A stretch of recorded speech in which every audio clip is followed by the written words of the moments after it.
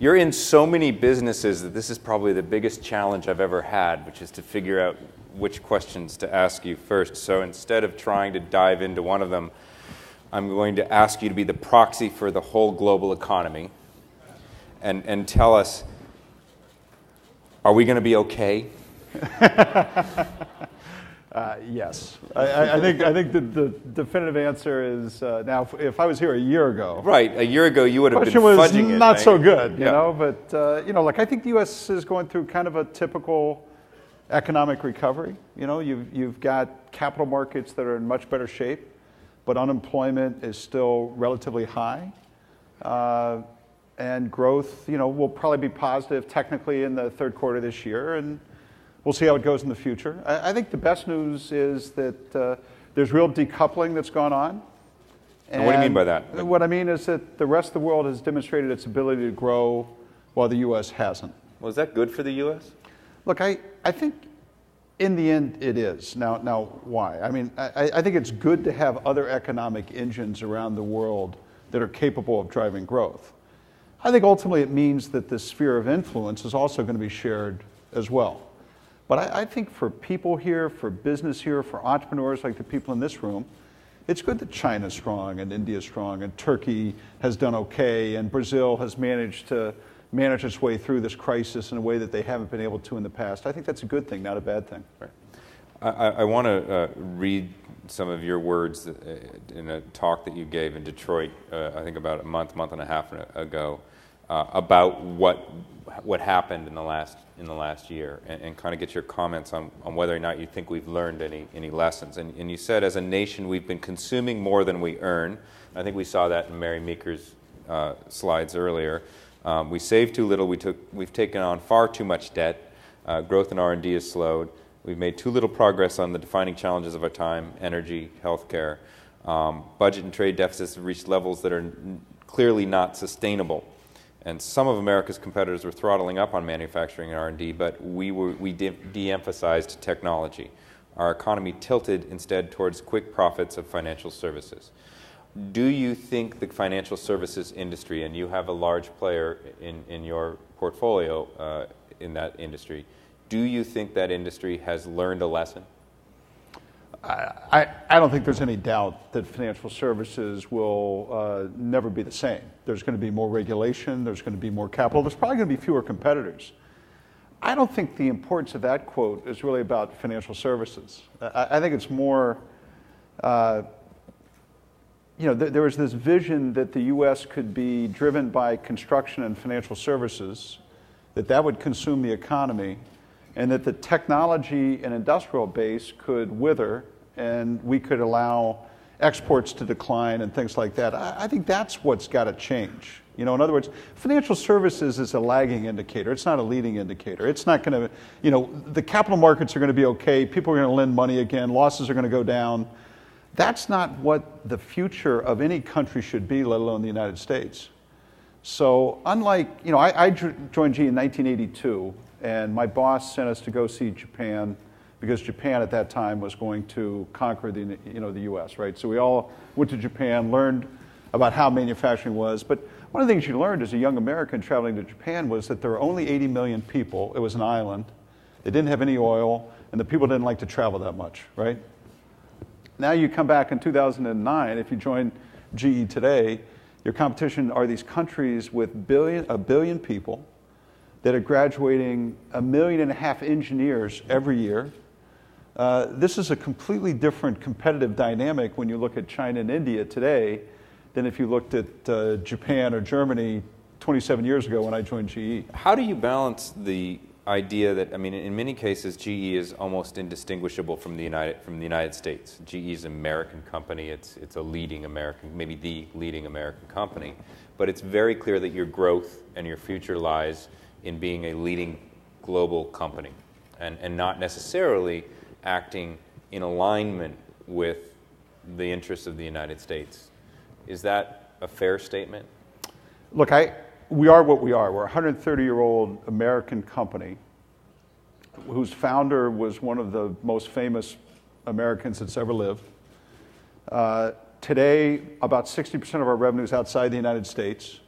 I think in the businesses we're in, it's pretty clear that a lot of our growth is going to happen outside the United States. But increasingly, I probably wasn't always this way, I call GE an American company that has to succeed by winning in every corner of the world. I don't call us a global company, because, even though we are, because there's a sense of lawlessness that goes with that, right? So if I'm sitting with Wen Jiabao in Beijing, and I say I'm a global company, he says, look, someday these guys are going to dump on me as well, right? They're going to cut and run. So it's not like it helps me to consider that I have no roots anywhere when I'm in France or China or India or any place else. So we are what we are. We're an American company, but to be successful, we have to play in every corner of the world. We're a $19 billion exporter from the US. We're probably a $12 or $13 billion net exporter. So I think we're doing our fair share vis-a-vis the competitiveness of the US, and we do that because we've got a $7 billion R&D budget, and we invest in research and development year after year after year, and we make products that are hard to make, and that's good, right? I think so. Let me move into a specific, and I asked Brian Roberts this earlier in a very roundabout way, so I'll ask who's Brian Roberts? He's the guy that's buying NBC from you, apparently. Where would you ever read a thing like that? And everywhere. It's almost impossible not to read that apparently they're buying at least 51% of NBC from you. So let me ask you, without indicating that in fact you are selling NBC, why? Well, I don't know, In other words, let me back up a little bit. When I met with you a couple of weeks ago in New York, we were talking about the media business, and you said, all the businesses that you've been in and overseen or worked in throughout your career at GE, you found media to be the most perplexing. Can you unpack that a bit? What is it about the media business that it's not like making wind turbines or? No, in other words, I think the technology itself is pretty understandable, and we've owned NBC for 25 years. We're quite comfortable with it, really, as part of the company. Despite all the shots we take on 30 Rock, we actually are quite comfortable. Which is your address. So. with the. And I think we've had a partnership with Vivendi for 5 years. They've had a put right for 20% of the company for that period of time.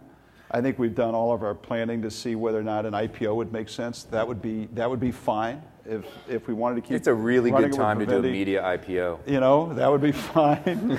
And I've always thought that you've got to try to think a couple years ahead in the space and say, might there be other partnerships that might be a better way to run the company going forward? In 2003, we did a merger with Universal. It basically allowed us to diversify revenue streams, allowed us to go long in cable. That was a good move. In other words, if we hadn't done the Universal transaction in 2003 and had just had the broadcast network for the last 5 years, this would be a much tougher go. So, I just think it's one of those places where you've always got to be facile strategically, and in this case, we've got all the options. GE's famous, and maybe this is not true anymore, and we didn't discuss this, so GE is famous for wanting to be number 1 or number 2 in every market. NBC is number 4. Does that have anything to do with it? Look, I always assume. But that was this year. The things I always. In other words, I hate being number 4, right? I would never do an evaluation on a business in terms of how we execute it in a given point in time. I always assume we can be number 1 again in broadcast. But I look and say, what's the broad future? I always make all of our businesses, we always, kind of think about where's the money made in an industry. We always plot where money is made. And then we always assume that businesses cycle, and we say, okay, is the next cycle above the last cycle or below the last cycle? And those are some of the analysis that you go through in terms of determining where you're going to be. I think in terms of being number 4 with NBC, every assumption I make is that we'll be number 1 again someday. I think it's more about how do you grow in media? You're either going to go long in cable you're going to go digital, or you're going to go global. And everybody in the media space better be thinking about one of those three things. And then 5 years from now, that's going to be different yet again. Yeah. I could talk about media for a long time, but let's move. There's a lot of things that you guys are involved in that I think inform the businesses here.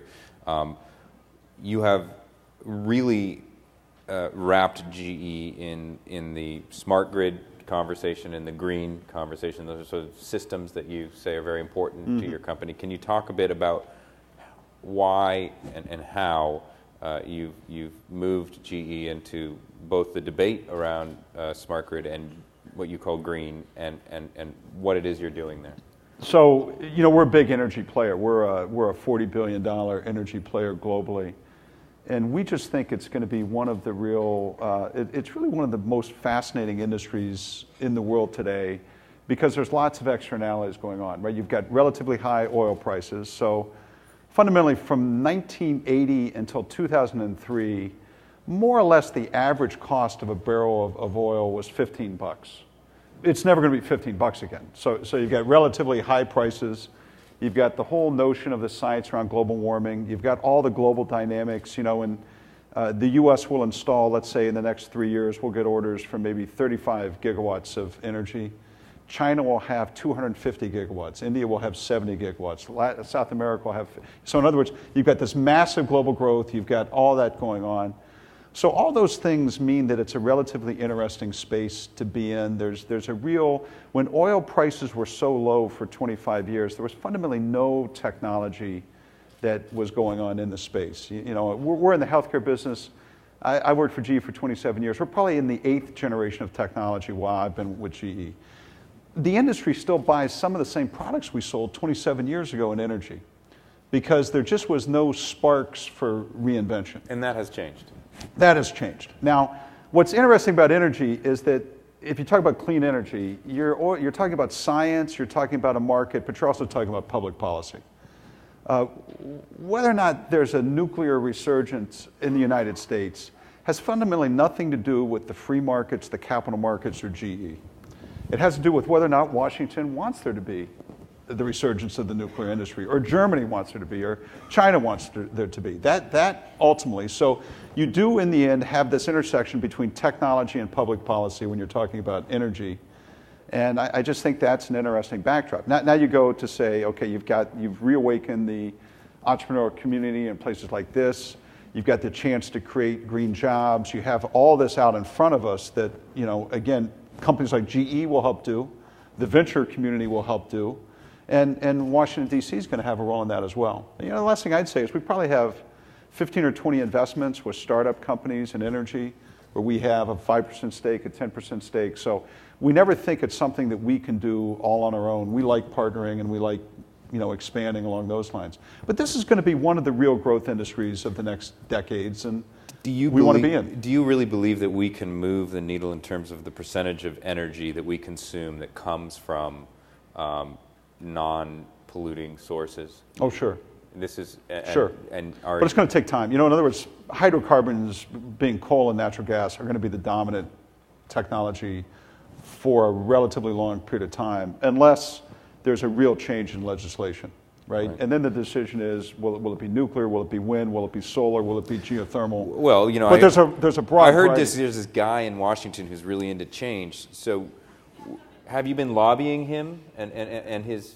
In Congress? Well, look, I think it's something that the president would like to see happen, right? I think he's got to pick where it fits. He's launched a number of things that are quite challenging. He's got a few plates spinning right now as we speak. But it's it goes back to the question you said earlier, which is one of the things. I say this out of just pure love and respect, is that nobody waits for the U.S. anymore. In other words, if we don't go, it's not like the rest of the world's going to say, "Gosh, I'm going to wait on my wind business to see whether or not the U.S." The Chinese will install more wind energy this year than the U.S. will. The Chinese are installing 20 nuclear plants. We're installing none. So in other words, from a GE perspective, this is going to go forward whether the U.S.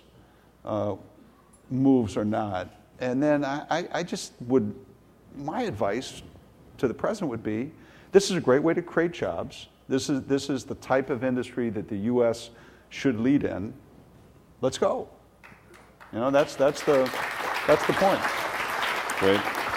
I want to make sure we have time to get to this. You have a very thriving healthcare business, and you want to show us something that's never been shown before. So let's see it. So I have two things here today. We've got about a $17 or $18 billion healthcare business. We're big into diagnostics.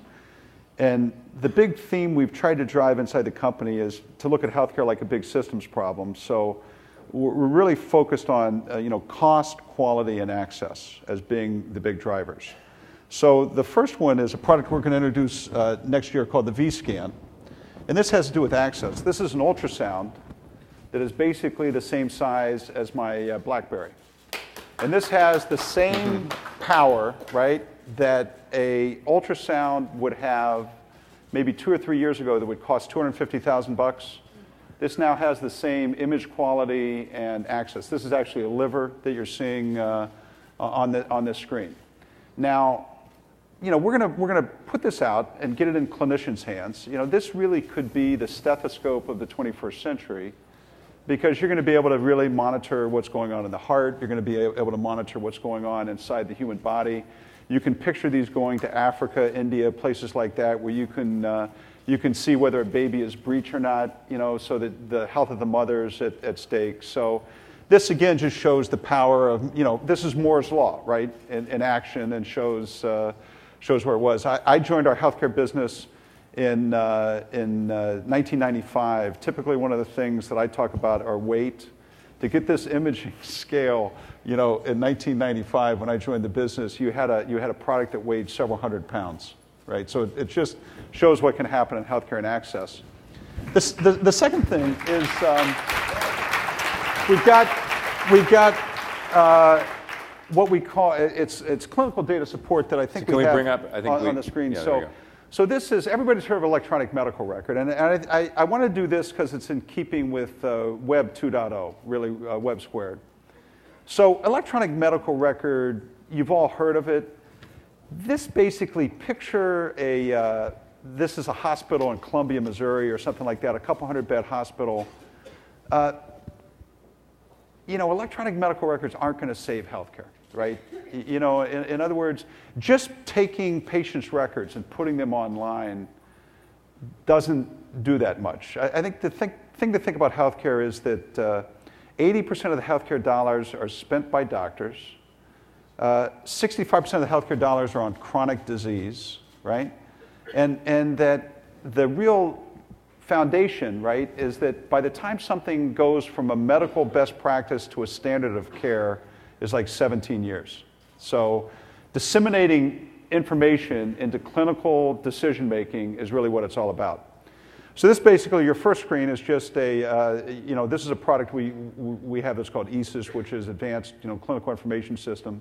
This just shows patients in a hospital setting with alerts that are going on. And basically, this is a collaboration between GE, Intermountain Healthcare, which has got the lowest cost and highest quality in the U.S., and Mayo Clinic, which you've all heard about. And so the idea is to really put against all these patients what the right standards of care would be. If you go to the next screen, so this just drills down one step further on the next screen, which shows who are all the cardiac patients. So if we can bring that up. It's like the internets are down. Looks like we don't have enough broadband. Did you talk to Brian? Did you talk to Brian about that? I think you might be asking for too much on NBC, and Brian's a little ticked off. So we have a cardiac. What we basically do is go down a cardiac patient, right? Whoops. And then let's see if we can get. There we go. Hopefully that'll work.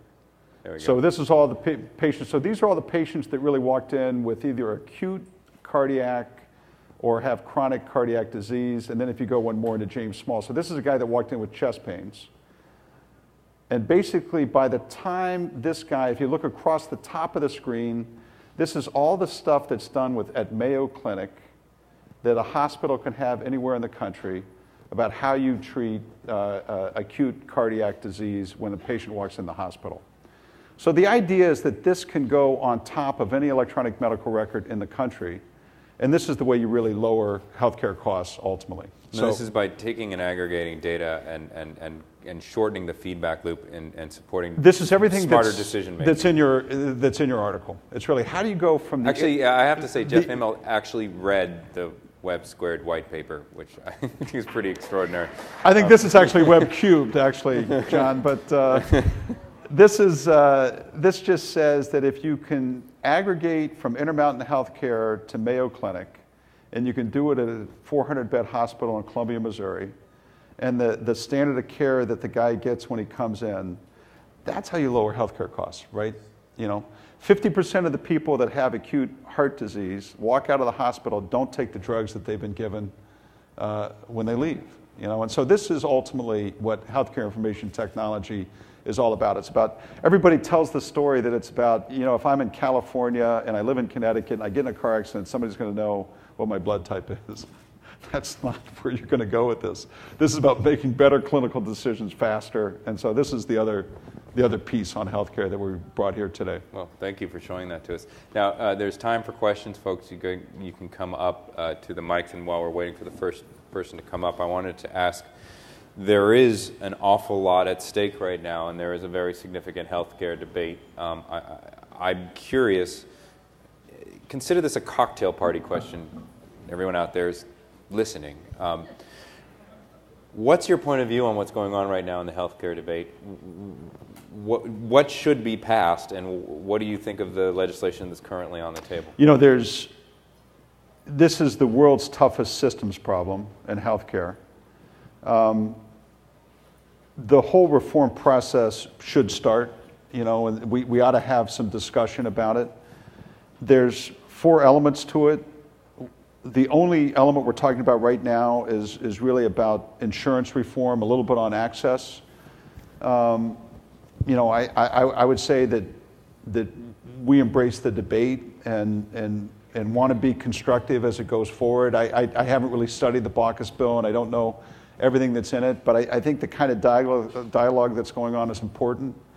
But without impacting prevention and wellness, with an aging population, with an overweight population, with the amount of chronic disease we have, we're really only on the fringes of what healthcare is today. So we might be arguing about the wrong thing. So should more people be covered? Absolutely, right? Does there need to be payment reform? Absolutely, right? Are we paying for the wrong things, stuff like that? So it's not like we're talking about the wrong things. It's just we're not discussing enough of the things that are really going to change the shape of the healthcare cost as we go forward. And so ultimately this is a first step, but it's not the last step. And this is a debate, this is a discussion we're going to be having in this country for a long time to come. First question over here. Yeah, Bill Bowie, Sea Change Media, and I am doing research for Harvard on Web 2.0 and corporate social responsibility and accountability. And you were just talking about GE's really pioneering work in sustainability. And I remember in 2005 when you launched Eco-Imagination. I'm wondering how do you currently, or how do you plan in the future to use Web 2.0 tools to interact with GE's stakeholders around sustainability issues? I think I would make 2 comments. One is that our belief is that sustainability, for it to be long-lasting, has to be aligned with innovation, technology, and even profits where possible. So in some way, shape, or form, in its day, in 2004, 2005, when we launched it, this notion of green is green actually turned out to be profound in some way. You never think about it, but the notion that a company through innovation could reduce global warming and make a buck while doing it was novel in its day. When I think about healthcare today, driving affordability and access to healthcare is going to help people. It's also going to be a source of profit. So one aspect of that is this alignment between corporate social responsibility and innovation and profit. capitalism. Now, the other piece of your question, one of the things we said when we started Eco-Imagination was that we were going to be transparent. And I had to laugh. I was backstage on the debate on whether or not actors could Twitter while they were doing a movie. I'd say the one thing I've learned being a public company CEO for the last couple of years is if you're not willing to be completely transparent on just about everything you do, and if you can't tolerate life in a world where you're sharing information openly, where you're getting inputs from lots of different people, where they have the ability to critique, criticize, have inputs, whether it's on health imagination, eco-imagination, you better find a new profession. This is just a world of transparency, openness, two-way dialogue with your constituents. And so I think we've been very open with that on Eco. We've got a very aggressive and interactive web presence there. I view the same thing in healthcare, and I just think that's part of the game today. We're here. Yes, hi. My name is Rama Isola, and I'm a new startup that's building a crowdsourcing application for civilian infrastructure like roads and bridges. I know GE's sort of in this space. What do you see the opportunities going forward in monitoring water systems, et cetera? Look, I think it's I think it's fundamentally a great business space. The infrastructure, particularly in the U.S., is very aged, and whether it's roads, highways, bridges, municipal water systems, these are things where more capital is going to be put against in the coming decades, and you never know when the events are going to take place that are going to drive the market forward in a discontinuous way. So we are long infrastructure. Now, one of the reasons why we're long infrastructure, and it's something to think about in your business, is because the rest of the world, right, is going to build out with incredible speed. And, I just think we've gone to a tipping point in terms of the amount of growth that's going to take place in India and Turkey and Brazil and China and places like that. And infrastructure is going to be what's required to get their population to come up the standards of livings that those countries expect. If you go back to the 1950s in this country, it was all about the consumer in the U.S., and that lasted for decades. I think if you think about what is the one secular theme that you can bet on in this generation, it is the consumerism in the rest of the world. And infrastructure is what liberates that. So anything around that space, we're long in and plan to continue to be. Last question over here. Miguel Helf with the New York Times. Jeff, a little bit over a year ago, you and Eric Schmidt announced a partnership where GE and Google were going to work together on smart grid and clean energy, both on product and policy. Can you update us on any concrete progress from that? So a lot that we see the ability to work with Google on is going to be on in the home, both devices and technology. And so when we look at what we've done in Miami, what we look at some of the projects we're working on in a place like Abu Dhabi, you're going to see more collaboration between Google and GE on the in-the-home metrics around smart grid. They're going to really empower the consumer to make the right choices around their appliances. And basically the stuff that GE does in the home is about 50% of the consumption of electricity inside the home. So you're going to see more collaboration and some actual products in the near future.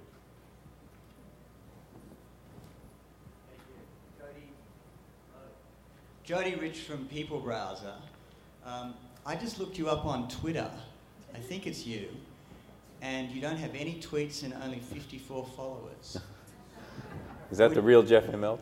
Is that you? There's no photo. Fundamentally, I sell gas turbines and jet engines and stuff like that is my day job. So that's all the people that buy my products know me. Okay.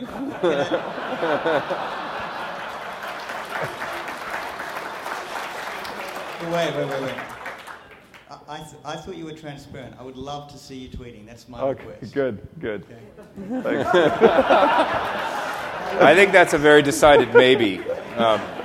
And with that, I'm afraid we have to end it. We've already gone 5 minutes over, and I have some housekeeping, so you guys don't leave, but please join me in thanking Jeff for coming. Thanks to Web Square. Thanks very much. Thanks, sure.